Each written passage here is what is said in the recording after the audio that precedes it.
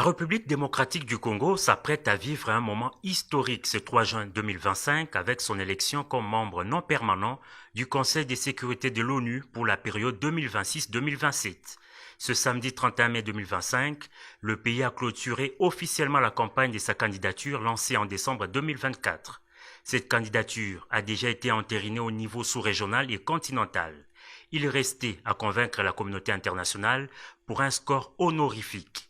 Au cours de cette cérémonie grandiose à l'espace Kemecha, le chef de l'État Félix-Antoine Tshisekedi Tshilombo est revenu sur les raisons de cette candidature en présence de plusieurs personnalités publiques, notamment le chef des corps constitués et des diplomates basés à Kinshasa. Après plus de 3 décennies d'absence au Conseil de sécurité, la RDC devra signer son retour sur la scène internationale.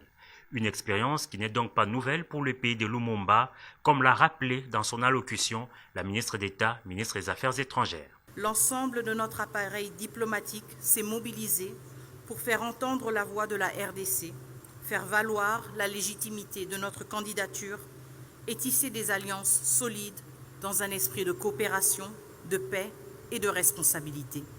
Nos représentations permanentes à New York, Addis Abeba, Genève et Bruxelles ont mené une série d'initiatives ciblées dans les enceintes régionales et internationales avec un objectif constant, démontrer que la République démocratique du Congo est prête à assumer à nouveau ce rôle au sein du Conseil de sécurité avec responsabilité, compétence et engagement. Cet important travail abattu par la RDC résumé dans un guide a été remis solennellement au président de la République. Instant de fierté et un rendez-vous avec l'histoire, le chef de l'État prenant la parole a fait remarquer que la candidature de la RDC est bien plus qu'un privilège, c'est une mission. Être candidat au Conseil de sécurité, c'est bien plus qu'un privilège, c'est une mission. Une mission pour porter la voix de l'Afrique, ses aspirations et ses solutions au cœur des débats mondiaux. Pour la République démocratique du Congo, c'est l'occasion d'affirmer notre vocation de pays pivot au carrefour des dynamiques africaines, un pont entre les peuples et les régions du continent. Ainsi, nous venons devant la communauté internationale non pas comme des solliciteurs, mais comme des partenaires porteurs de solutions. Solutions climatiques, solutions énergétiques, solutions de sécurité collective fondées sur l'expérience et la solidarité. Dans la suite de son discours, le premier citoyen du pays a soutenu que la candidature de la République démocratique du Congo, c'est aussi celle d'un pays qui connaît le prix de la paix. Face aux agressions et aux violations de notre souveraineté, nous avons appris la valeur du règlement pacifique des différends et l'importance d'un ordre international fondé sur le droit, a dit le président Félix Tshisekedi. Ainsi donc, 7 piliers stratégiques vont accompagner la mandature de la RDC, à savoir la gouvernance des ressources naturelles, les désarmements, la démobilisation et réinsertion, l'opération de maintien de la paix, le renforcement du système de sécurité collective, les femmes, la jeunesse, paix et sécurité, l'environnement et climat, et enfin le droit et démocratie. Vous venez de suivre la clôture de la campagne de la candidature de la République démocratique du Congo au Conseil de sécurité des Nations Unies, cérémonie présidée en personne par le chef de l'État et président de la République, Félix-Antoine Tshisekedi Tshilombo. Quant à l'élément demandé plus tôt, vous le suivrez dans nos prochaines éditions. En réaction aux travaux des députés nationaux sur la levée des immunités, un des leurs, l'honorable Vincent Lonombe, dit clairement que c'est légal que l'Assemblée nationale statue sur ce genre de matière. On l'écoute. Pour poursuivre un député national en fonction, la Constitution et les lois de la République demandent que l'Assemblée nationale autorise.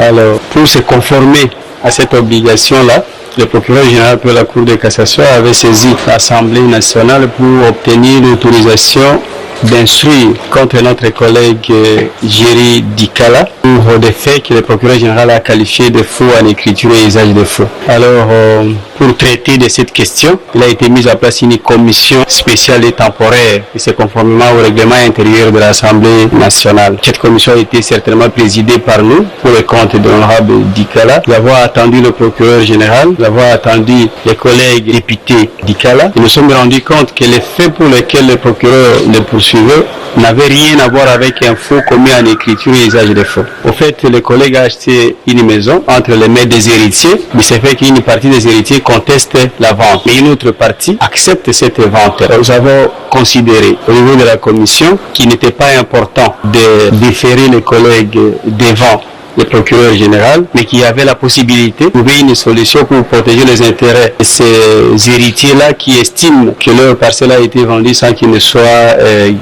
au courant ou sans qu'ils ne donnent leur consentement. On voulait vraiment que pour ça, pour une question qui peut être réglée, même entre les parties elles-mêmes au niveau, en dehors des instances judiciaires, que nous pouvons permettre à ce que le procureur général puisse s'engager, ouvrir un dossier, certes au niveau de l'instruction. Peut-être que ce n'est pas trop dangereux, mais c'est à partir de l'instruction que l'on peut, demain après-demain, aboutir à une poursuite. Dans le cadre du renforcement de la sécurité communautaire, les autorités locales de Kimbanseke, appuyées par la JICA et l'ONU Habitat, ont lancé, ou autrement dit publié, une revue du plan local de sécurité. Rodé Panda Mamita Bangoulou.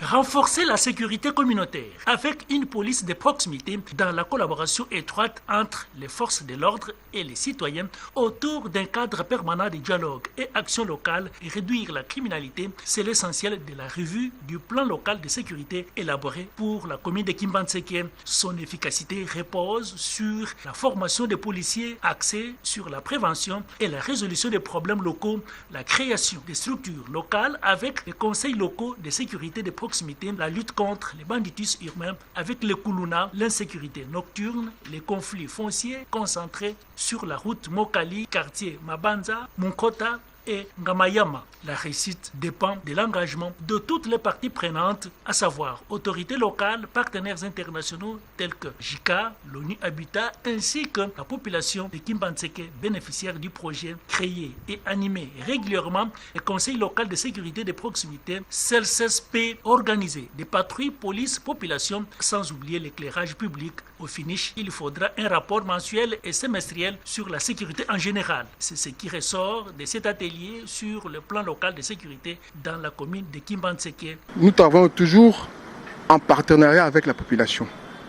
Et c'est la population qui est la plus concernée en cette matière-là par rapport à la doctrine de la police de proximité. Kimbanseke n'a pas beaucoup de bureaux de la police, il y a au moins 2. C'est mieux d'ajouter d'autres éléments de la police au niveau de Kimbanseke. On est en train de faire ces plans locaux de sécurité au niveau de Kimbanseke pour nous former les jeunes sur la valorisation des déchets en matière première. L'implication et la contribution de tous est indispensable pour le bien-être de tous. L'ambassadeur itinérant du chef de l'État a fait visiter une délégation composée de médecins et chefs d'entreprises étrangers, les musées nationaux. À l'occasion, il leur a présenté également les opportunités d'investissement en République démocratique du Congo, nous dit Cédric Kenina Rigen Shindano. Dans le cadre d'une série de visites guidées visant à promouvoir une image des marques et dynamiques de la République démocratique du Congo, le musée national de Kinshasa a ouvert ses portes à une délégation composée de médecins et chefs d'entreprise. Ces visiteurs de marque, invités par l'ambassadeur itinérant du chef de l'État, Antoine Gonda Mangalibi, sont venus s'imprégner de la richesse culturelle du pays de Lumumba. Lors de cette deuxième étape, ils ont pu découvrir les œuvres d'art représentatives de plus de 450 tribus. Après cette immersion culturelle, la délégation s'est rendue à l'hôtel Memling, l'un des plus anciens établissements hôteliers de la capitale. Des interventions riches et variées concernant le climat des affaires en République démocratique du Congo ont meublé ces temps précieux. Les interventions sur l'histoire m'ont profondément marqué. Cette histoire que nous a décrite vos professeurs et vos éminents historiens, c'est la base pour moi. À propos des investissements, c'est assez particulier parce qu'en fait, les entreprises ont besoin d'être accompagnées. Alors c'est des impressions de satisfaction. C'est mon premier voyage à Kinshasa. Les représentants de la Fédération des entreprises du Congo, la directrice générale de l'Agence nationale pour la promotion des investissements, ont tous abondé dans le même sens pour présenter les opportunités qu'offre la RDC. Vaste opération d'assainissement communautaire afin de garder un environnement propre. La jeunesse de la commune de Kasavubu était à pied d'œuvre sous la supervision de la structure internationale dénommée Culture Céleste pour la paix mondiale et restauration de la lumière. Fanny Malonga, reportage.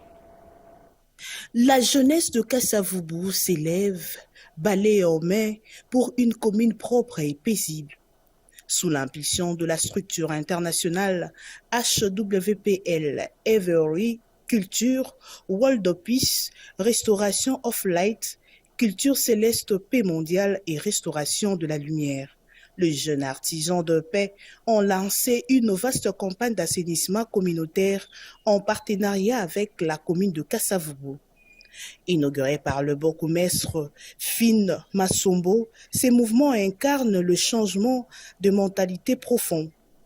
Selon Donatien Mutombo, assistant technique au changement des mentalités, sans propriété, pas de paix durable et sans changement de mentalité, pas de développement. L'activité s'éteindra chaque semaine avec comme objectif de faire de l'assainissement une habitude et de la paix un mode de vie. Un message d'amour patriotique, de cohésion nationale et de responsabilité a été lancé à travers ces programmes soutenus par la coopération coréenne. S'il n'y a pas de propreté, on ne peut pas vivre avec la paix. Nous avons aussi 3 projets pour accomplir notre objectif. Parmi ces 3 projets, il y a aussi l'éducation à la paix. L'éducation à la paix aussi, ça demande aussi changer les mentalités des gens. Parce que la paix, s'il n'y a pas la paix à l'intérieur, il n'y aura pas non plus la paix à l'extérieur, dans notre société ni dans ce monde. Kasavubu trace ainsi un chemin concret vers la restauration de la lumière dans une RDC propre et unie. Inauguration dans la commune de Lemba du bureau officiel de l'ONG PDSS qui contribue au développement social par le bourgmestre qui encourage et salue toute initiative caritative dans sa juridiction, nous dit Paulette Lomba. Contribuer à l'amélioration des conditions socio-économiques et culturelles de la population congolaise à travers la mise en œuvre des projets d'intérêt communautaire, accroître la production par la mécanisation de l'agriculture et l'élevage moderne et aussi la création de petites et moyennes entreprises sont là quelques objectifs parmi tant d'autres poursuivis par le projet élargi de développement économique et social PEDESC qui a ouvert officiellement les portes de son bureau dès la ville-province Kinshasa dans la commune de Lemba. Nous travaillons pour le développement économique et social de notre pays. Nous avons 2 grands objectifs. La première, c'est la charité. Alors, deuxième objectif, c'est entrepreneurial. Nous connaissons que nous avons plus de 90% de chômeurs au Congo. Alors, nous avons l'entrepreneuriat. Moi-même, je suis femme entrepreneuse. J'ai créé des entreprises partout dans des provinces. Juste vous rappeler que nous sommes dans beaucoup de provinces de la RDC. Ici, nous venons ouvrir le bureau de la ville de Kinshasa. Jean-Serge Poba, bourgmestre de la commune de Lemba, n'a pas tari d'éloges face à cette initiative qui cadre la vision chère du chef de l'État. Dans tous les pays qui se respectent au monde, il n'y a que des ONGD qui sont des moteurs de développement. Voici PEDESC vient à un moment très propice où nous voulons assainir la ville-province de Kinshasa avec le slogan du gouverneur, l'excellence Daniel Bumba Lubaki, Kinshasa Ezobonga. Pour lier l'utile à l'agréable, un échantillon de veuves de Lemba ont reçu des pannes, symboles d'une religion pure et sans tache, selon les Saintes Écritures dans le livre de Jacques 1 au verset 27. 2 enfants victimes du cancer ont eu la vie sauve grâce à un élu de Lubumbashi. Le député national Malandji est venu à leur rescousse avec une assistance pour une prise en charge conséquente. Diane Mbalaka, commentaire. Ce sont des actions philanthropiques posées à l'endroit de ses compatriotes. Ces deux enfants, respectivement, âgés de 13 et 9 ans, ont bénéficié d'une prise en charge médicale suite au cancer des nerfs et du lymphome. Cette maladie, qui se caractérise par l'augmentation des ganglions au niveau du cou et des aisselles, grâce à la générosité de cet élu du peuple, Cheka Malangi, ses enfants sont totalement guéris. Sincèrement, j'ai été surpris quand on m'a informé de cette situation. Mais cela ne veut pas dire que je ne croyais pas. Je croyais. Je croyais vraiment qu'un jour ça va aller. Et aujourd'hui, on a le premier résultat. Le responsable de l'ASBL, African Children Dream, qui a facilité les contacts avec le député national, Cheka Malangi, est plus que satisfait de résultats. Vous avez choisi de marcher à leur côté dans ce corridor où la maladie dessine des ombres incertaines. Grâce à vous, des sourires ont percé la brume des larmes. Grâce à vous, des mains tremblantes ont serré un peu plus fort celles de leurs parents. Et grâce à vous, des étoiles éteintes, qui sont des enfants partis très tôt, ont retrouvé ne serait-ce qu'un instant le droit de prier en voyant leurs amis ici présents continuer dans la lutte. Ces deux enfants retrouvent enfin le sourire et peuvent désormais rentrer sur le banc de l'école. Plus de 1000 nouveaux médecins ont prêté le serment d'Hippocrate devant les autorités du Conseil national de l'ordre. Par cet engagement, ces médecins sont inscrits au tableau de l'ordre et doivent dorénavant exercer régulièrement la profession. Rodé Panda. Ils sont désormais médecins régulièrement reconnus et inscrits au tableau du Conseil de l'ordre des médecins. Et la prestation de serment, organisée ce samedi 31 mai 2025, confirme leur appartenance à la corporation. Plus de 1000 nouveaux médecins venus de différentes institutions universitaires à travers la RDC ont prêté le serment d'Hippocrate avec l'acte d'engagement en main devant les autorités du Conseil national de l'ordre représenté par le docteur Bertien Tsadi qui explique l'importance et la signification de cette cérémonie. Ça fait un total de 1131 médecins qui ont prêté serment aujourd'hui et comme dans nos us et coutumes, ça a été une cérémonie solennelle parce que c'est légal et réglementaire chez nous que tout médecin, avant d'être autorisé à aller pratiquer la médecine, il doit, ce qu'on appelle, nous devons vérifier s'il a accepté les termes d'engagement. Les termes d'engagement pour pratiquer la médecine, c'est résumé dans ce que nous appelons le serment du médecin. Ça a été pour nous une journée importante, un moment de joie. Lorsque de nouveaux venus arrivent, cela signifie que notre corporation continue à se rajeunir et à se perpétuer. Il est important de souligner que cette gamme de nouveaux médecins nouveau-nés au sein de la famille médicale vient renforcer l'équipe et résoudre la problématique des carences en professionnels de santé de blouse blanche dont souffre la RDC. La joie était totale pour les heureux promus.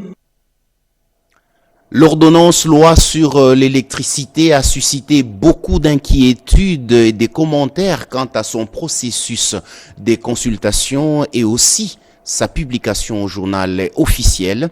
Les coordonnateurs de l'UCM, Unité de coordination et de management, donnent de précisions sur cette loi révisée. Suivez.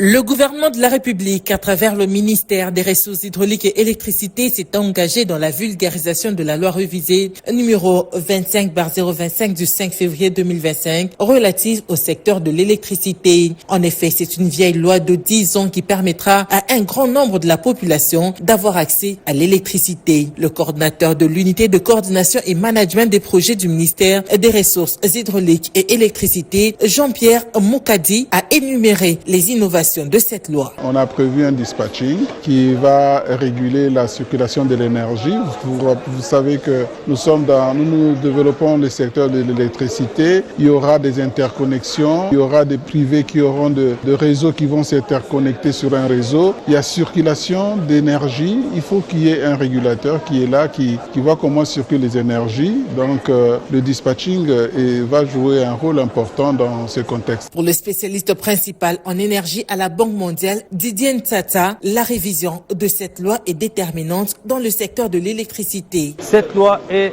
extrêmement bénéfique pour l'électricité par le simple fait qu'elle apporte beaucoup d'améliorations sur beaucoup des failles que nous avions relevées en tant qu'acteurs, partenaires techniques et financiers de la République, parce que nous tenons aux côtés de la RDC dans ce secteur de l'énergie. Au cours de ces travaux appuyés par la Banque mondiale, le ministre Teddy Luamba a salué cette innovation dans le secteur de l'énergie.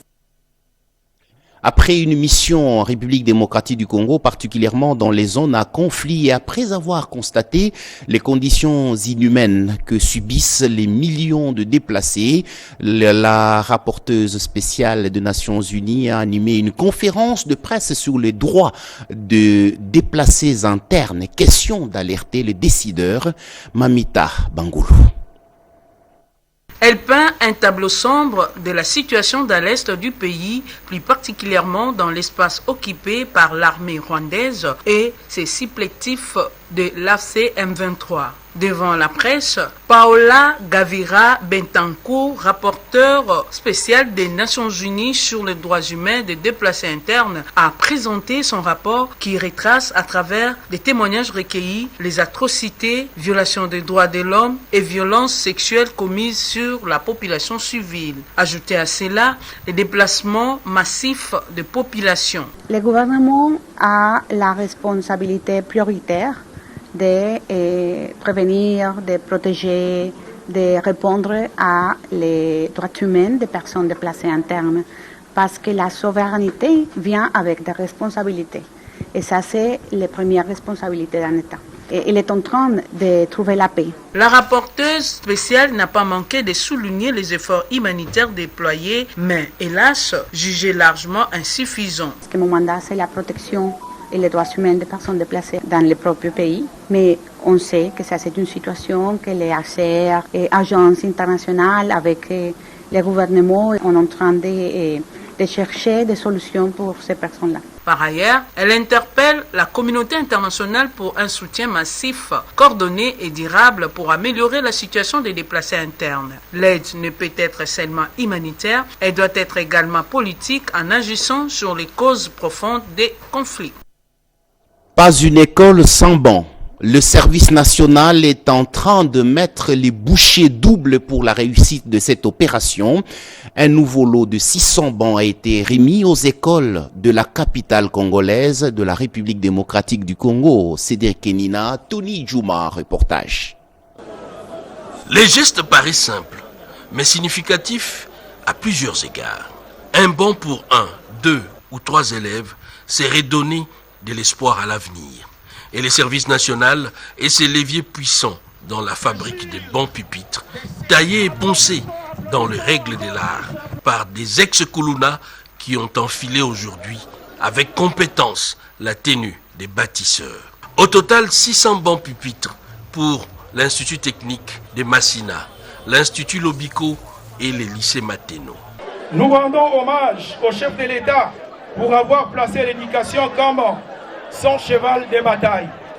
Permettez-nous, au nom de toute la communauté éducative, d'exprimer notre gratitude et notre reconnaissance le plus sincère au service national pour cet acte de solidarité, de patriotisme et d'engagement envers l'avenir de notre jeunesse. Grâce à cette contribution précieuse, des centaines d'élèves étudieront désormais dans de meilleures conditions, assidûment sur les bancs fabriqués avec soin et amour par les experts et bâtisseurs de la nation. Des écoles choisies selon les besoins et la réponse à la hauteur, évidemment, des besoins tels que présentés. Le club des associations pour l'UNESCO RDC a un nouveau dirigeant à sa tête. Il s'agit de Benoît Ilunga Tshipamba qui a été désigné à l'unanimité pour une durée de 4 ans. Cédric Kenina, encore une fois. L'objectif a été atteint.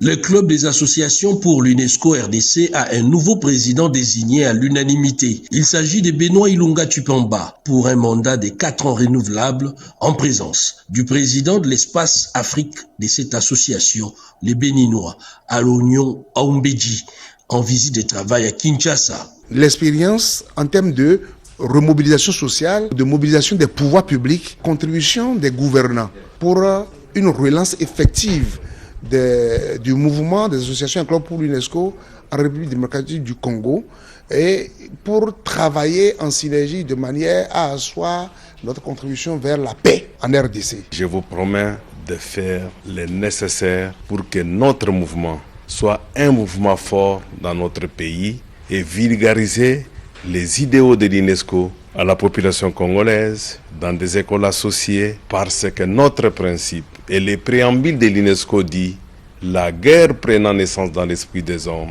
c'est dans l'esprit des hommes qu'il faut élever l'esprit de paix. Le secrétaire permanent du club des associations pour l'UNESCO RDC a sollicité l'expertise du Bénin pour la création d'un cadre d'échange d'expériences. De son côté, les représentants de l'UNESCO, Isaias Brecto Darosa, chef du bureau de Kinshasa, s'est dit heureux le fait de voir les comités de la fédération de l'UNESCO RDC s'investir pour le retour de la paix dans la partie est du pays. Par ailleurs, une mission de pacification de cette structure se rendra dans les zones sous occupation. Le directeur général de l'Institut national de préparation professionnelle a présidé la première session du comité consultatif permanent, de l'INPP. Il était dans la province du Haut-Katanga. Reportage. La première session du comité consultatif permanent de l'Institut national de préparation professionnelle et ses partenaires a eu lieu jeudi 29 mai à la direction provinciale de l'INPP au Katanga. Le président du CCP, Faustin Keshiko, à ses côtés, le vice-président, le directeur provincial Joël Mokomba, a signifié à l'assistance le bien fondé du forum qui porte sur l'évaluation et la mise en exécution des recommandations de la dernière session. Ici est de noter des avancées significatives du premier trimestre réalisées par l'INPP au Katanga, matérialisées par le directeur Joël Mokomba en termes de l'acquisition de matériel, de la vidéosurveillance, la formation du noyau des formateurs du dit outil, la formation des formateurs en coordonnerie, le renforcement des capacités des formateurs à l'étranger et des assignations atteintes en termes de formation des stagiaires. Les efforts sont fournis dans le suivi des recommandations. Il y a des recommandations qui ont été mises en application. Aujourd'hui, vous avez constaté, nous avons visité la filière cordonnerie. C'était une recommandation qui a été formulée en 2024 et qui s'est matérialisée cette année. La redynamisation de ce CCP par la direction générale de l'INPP qui dirige les DG Godefroid Stanislas Chimanga, Wamutwabo, a permis ou permet à ce que les entreprises se rendent effectivement compte du travail que fait l'INPP et que des recommandations que nous obtenons des entreprises nous permettent également de pouvoir orienter l'offre de formation suivant la demande ou les demandes de ces entreprises. Un autre temps fort de la journée était la visite du site de l'INPP Luvungi en construction sur fonds propres de l'INPP.